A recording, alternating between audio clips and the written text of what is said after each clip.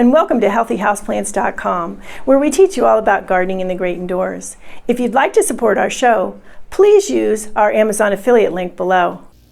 Today, I'm going to continue here with plant terminology, and the term for today is pinch back.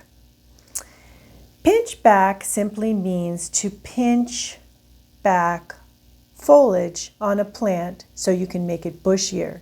This is something you would want to do on things that are soft, that have a soft stem, because you want to do it with your finger. You would pinch back with your finger. So you pinch back, everything gets a lot fuller on the plant because it creates more branching.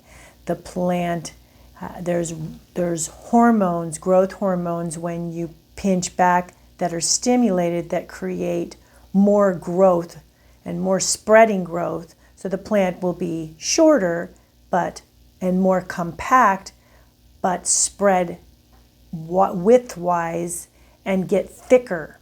So that is what pinching back is all about. And I do have videos on how to pinch back your houseplants.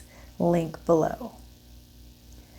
Thank you for stopping by today. Please leave any comments about any indoor gardening tutorials you'd like to see.